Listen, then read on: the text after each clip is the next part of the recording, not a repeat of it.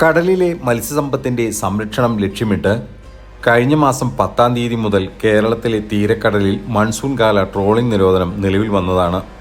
52 ദിവസം നീളുന്ന നിരോധനം ഈ മാസം 31 അഥവാ ജൂലൈ 31-ന് അവസാനിക്കും.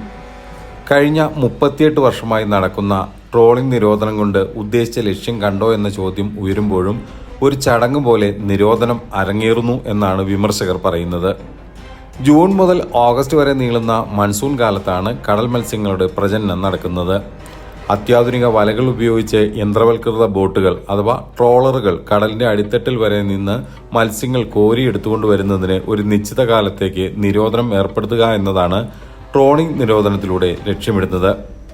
പ്രജനന സമയത്ത് മുട്ട വിരിഞ്ഞുണ്ടാകുന്ന കുഞ്ഞുങ്ങളെ സംരക്ഷിക്കുക എന്നതാണ് ഇതിന് പിന്നിലെ ശാസ്ത്രീയത. എന്നാൽ ട്രോളിംഗ് നിരോധന കാലയളവിൽ പരമ്പരാഗത മത്സ്യത്തൊഴിലാളികൾക്കും ഇൻബോർഡ് വള്ളങ്ങൾക്കും യഥേഷ്ടം മത്സ്യബന്ധനം നടത്താം. കടൽ ഇളക്കം മറിക്കുന്ന ട്രോളറുകൾ ഉപയോഗിക്കാതെ പരമ്പരാഗത രീതിയിൽ നടത്തുന്ന മത്സ്യബന്ധനം മത്സ്യക്കുഞ്ഞുങ്ങളെ ബാധിക്കില്ലെന്നാണ് വയ്പ്. പക്ഷേ പരമ്പരാഗത രീതിയുടെ പേരിൽ നടക്കുന്നതും വൻതോതിൽ മത്സ്യം പിടിച്ചെടുക്കുക തന്നെയാണ്. പരമ്പരാഗതക്കാരും കൂറ്റൻ വള്ളങ്ങളിൽ 2-3 ഔട്ട്ബോർഡ് എഞ്ചിനുകൾ ഘടിപ്പിച്ചാണ് മത്സ്യബന്ധനം നടത്തുന്നത്. കപ്പലിൻ്റെ വലിപ്പമുള്ള കപ്പൽ വള്ളങ്ങളിൽ 100 തൊഴിലാളികൾ വരെ ഉണ്ടാകും. സംസ്ഥാനത്തെ ഏറ്റവും വലിയ മത്സ്യബന്ധന തുറമുഖങ്ങളിൽ ഒന്നായ കൊല്ലം നീണ്ടകരയിൽ 1400ഓളം ട്രോളറുകളാണ് രജിസ്റ്റർ ചെയ്തിട്ടുള്ളത്. എന്നാൽ ഇവയിൽ 100ഓളം ബോട്ടുകളാണ് പതിവായി മത്സ്യബന്ധനത്തിന് പോകുന്നത്. നിലവിൽ തന്നെ കടലിൽ മത്സ്യം കുറവായതിനാലാണ് ഇത്രയും ബോട്ടുകൾ മാത്രം പോകുന്നത്. സംസ്ഥാനത്താകെ 4500ഓളം ട്രോളറുകൾ ഉണ്ടെന്നാണ് കണക്ക്. ഇവയൊക്കെ ട്രോളിംഗ് നിരോധനം കാലയളവിൽ ഒതുക്കിയിടും. ലക്ഷക്കണക്കിന് തൊഴിലാളികളാണ് ഈ മേഖലയെ ആശ്രയിച്ച് കഴിയുന്നത്. 1986-ലാണ് രാജ്യത്ത് ആദ്യമായി കേരളത്തിൽ ട്രോളിംഗ് നിരോധനം ഏർപ്പെടുത്തിയത്. ഇതൊരു സ്ഥിരം സംവിധാനമാക്കുക എന്നൊന്നും ആർക്കും ഉദ്ദേശമില്ലായിരുന്നു, അന്ന് പ്രതീക്ഷിച്ചുമില്ല. കേരളത്തിൽ പരീക്ഷിച്ച് വിജയിച്ച മാതൃക തീരദേശങ്ങളുള്ള ഇന്ത്യയിലെ എല്ലാ സംസ്ഥാനങ്ങളും നടപ്പാക്കി. 86-ൽ കൊല്ലം നീണ്ടകരയിൽ പരമ്പരാഗത മത്സ്യത്തൊഴിലാളികളും ബോട്ടുടമകളും തമ്മിലുണ്ടായ സംഘർഷവും തുടർന്നുണ്ടായ പോലീസ് വെടിവയ്പിൽ ഒരാൾ മരിക്കുകയും ചെയ്ത സംഭവമാണ് കേരളത്തിൽ നിരോധനം നടപ്പാക്കിയതിലേക്ക് നയിച്ചത്. മൺസൂൺ കാലത്ത് ട്രോളറുകൾ ആഴക്കടലിൽ നിന്ന് കരിക്കാടി ചെമ്മീൻ കുഞ്ഞുങ്ങളെ അടക്കം കോരിയെടുക്കുന്നതിനാൽ തങ്ങളുടെ സീസണിൽ കരിക്കാടി ചെമ്മീൻ ലഭിക്കുന്നില്ലെന്ന പരമ്പരാഗത മത്സ്യത്തൊഴിലാളികളുടെ ആവലാതിയാണ് പ്രതിഷേധത്തിലെത്തിയത്. പ്രതിഷേധം കനത്തതോടെ തൊഴിലാളികൾ നീണ്ടകര പാലത്തിൽ കുത്തിയിരുന്ന് ദേശീയപാത ഉപരോധിച്ചു. മണിക്കൂറുകൾ നീണ്ട ഉപരോധത്തിൽ ഗതാഗതം സ്തംഭിച്ചു. പോലീസിനെ സമരക്കാർ ആക്രമിച്ചതോടെ അക്രമികളെ പിരിച്ചുവിടാൻ നടത്തിയ വെടിവയ്പിൽ ഒരാൾ മരിക്കുകയുമായിരുന്നു. തുടർന്ന് അന്നത്തെ സർക്കാരാണ് മൺസൂൺ കാല ട്രോളിംഗ് നിരോധനം നടപ്പാക്കിയത്. പിന്നീട് കേന്ദ്ര സർക്കാരും അത് നയമാക്കി മാറ്റി. പൊന്നുവിളയുന്ന കടലിൽ മൺസൂൺ കാല ട്രോളിംഗ് നിരോധനം എല്ലാ വർഷവും നടക്കുന്നുണ്ടെങ്കിലും അത് ഉദ്ദേശിച്ച ഫലം ചെയ്തോ എന്ന ചോദ്യം അന്നേ ഉയരുന്നുണ്ട്. ഉദ്ദേശിച്ച ഫലം ചെയ്തില്ലെന്നാണ് ഇത് സംബന്ധിച്ച് നടത്തിയ നിരവധി നിയമ പഠനങ്ങളിൽ വ്യക്തമാകുന്നത്. വിദഗ്ധ സമിതികളുടെ പഠനങ്ങളുടെ റിപ്പോർട്ടിലും ഇതെല്ലാം ഉണ്ട്. കടലിലെ മത്സ്യസമ്പത്ത് സംരക്ഷിക്കാൻ ട്രോളിംഗ് നിരോധനമല്ല, 3 മാസക്കാലത്തേക്ക് സമ്പൂർണ്ണ നിരോധനം തന്നെ വേണമെന്നാണ് ഈ രംഗത്തെ വിദഗ്ധർ കാലങ്ങളായി പറയുന്നത്. ആഴക്കടൽ ട്രോളിംഗ് നടക്കുന്നില്ലെന്ന് ഒഴിച്ചാൽ നിരോധന കാലയളവിൽ മത്സ്യബന്ധനം വൻതോതിൽ നടക്കുന്നുണ്ട്.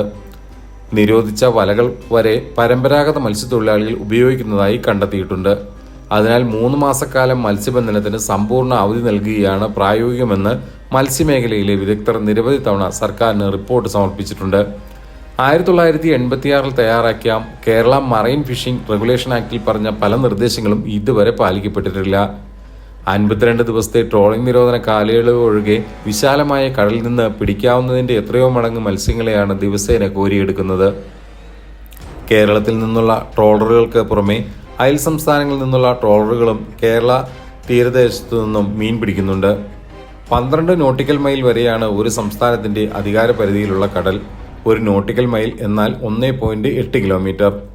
രാജ്യത്തിൻ്റെ അധികാര പരിധി 200 നോട്ടിക്കൽ മൈലാണ്, അതായത് 360 കിലോമീറ്റർ. വിദേശ ട്രോളറുകളും കപ്പലുകളും നമ്മുടെ തീരത്ത് നിന്ന് മത്സ്യബന്ധനം നടത്തുന്നുണ്ട്. കൂടാതെ 100 കണക്കിന് പരമ്പരാഗത മത്സ്യത്തൊഴിലാളികൾ ചെറുവള്ളങ്ങളിലും കട്ടമരത്തിലും മത്സ്യബന്ധനം നടത്തുന്നു.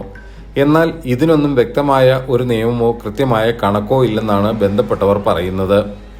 കടലിൽ പോകുന്ന എല്ലാ യാനങ്ങളും രജിസ്റ്റർ ചെയ്യണമെന്നാണ് നിയമമെങ്കിലും കൃത്യമായ രജിസ്ട്രേഷൻ പോലും ഇല്ലാത്ത ബോട്ടുകളും വള്ളങ്ങളും ഉണ്ടെന്ന് ഫിഷറീസ് വകുപ്പ് അധികൃതർ തന്നെ പറയുന്നു. ഇവയെല്ലാം കൂടി കടൽ അരിച്ചു പെറുക്കി പിടികൂടുന്ന മത്സ്യത്തിൻ്റെ അളവ് വെച്ച് നോക്കുമ്പോൾ നമ്മളാകെ തകരുന്ന റിപ്പോർട്ടുകളാണ് ഇപ്പോൾ പുറത്തേക്ക് വന്നുകൊണ്ടിരിക്കുന്നത്. കർശന നിയമങ്ങളുണ്ടെങ്കിലും പൊടി മത്സ്യങ്ങൾക്ക് വൻ ഡിമാൻഡാണ്. എന്നാൽ പൊടി മത്സ്യങ്ങളെ പിടിക്കരുതെന്ന കർശന നിർദ്ദേശം പാലിക്കാൻ ആരും ഒരുക്കവുമല്ല.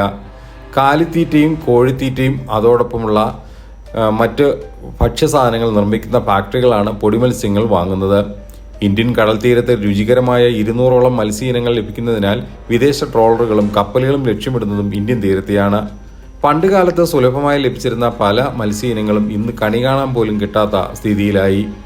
ഇതെല്ലാം കടലിലെ മത്സ്യസമ്പത്ത് ഗണ്യമായി കുറയുന്നതിൻ്റെ കാരണങ്ങളാണ്. കോടികളുടെ വിദേശ നാണ്യം നേടിത്തരുന്ന മത്സ്യ വ്യവസായ മേഖല ലക്ഷങ്ങളുടെ ജീവിതമാർഗവുമാണ്.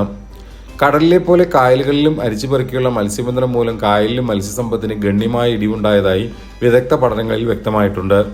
ട്രോളിംഗ് നിരോധന സമയത്ത് കായലിൽ മത്സ്യബന്ധനത്തിൽ വർധനയുണ്ടാകുന്നത് സ്വാഭാവികമാണ്. മത്സ്യപ്രജനനം നടക്കുന്ന സമയത്തും നിയന്ത്രണമില്ലാതെ നടക്കുന്ന മത്സ്യബന്ധനം മൂലം കായൽ മത്സ്യങ്ങളുടെ വംശനാശവും സംഭവിക്കുന്നു. അതിനാൽ കടലിലെ ട്രോളിംഗ് നിരോധന കാലയളവിൽ കായലിലും നിരോധനം ഏർപ്പെടുത്തണമെന്ന ആവശ്യം കാലങ്ങളായി ഉയരുന്നതാണെങ്കിലും സർക്കാർ അത് ചെവിക്കൊള്ളാൻ പോലും തയ്യാറാകുന്നില്ല എന്നുള്ള പരാതിയുണ്ട്. ഇതിനിടയിലാണ് കൊലവിലയും സഹിച്ച് നമ്മൾ ചീഞ്ഞഴുകിയ കെമിക്കലുകൾ നിറഞ്ഞ മത്സ്യം വാങ്ങി രോഗികളായി മാറുന്നത്. ഇതാരും കണ്ട ഭാവം തന്നെയും നടിക്കാറില്ല. ഏതായാലും അല്പം ശ്രദ്ധയോടുകൂടി കാര്യങ്ങളെ സമീപിച്ചില്ല എങ്കിൽ നാടിൻ്റെ മത്സ്യസമ്പത്തും തകരാറിലാവും. അതോടൊപ്പം തന്നെ വിഷം ഇല്ലാത്ത മത്സ്യം കഴിച്ച് മര്യാദയ്ക്ക് മുന്നോട്ട് പോയില്ല എങ്കിൽ നമ്മുടെ ജീവിതവും വഴിയാധാരമാകും. കൂടുതൽ ഇൻഫോർമേറ്റീവായ വാർത്തകൾക്കും വിശേഷങ്ങൾക്കുമായി ചാനൽ സബ്സ്ക്രൈബ് ചെയ്യുക, ലൈക്ക് ചെയ്യുക, ഷെയർ ചെയ്യുക.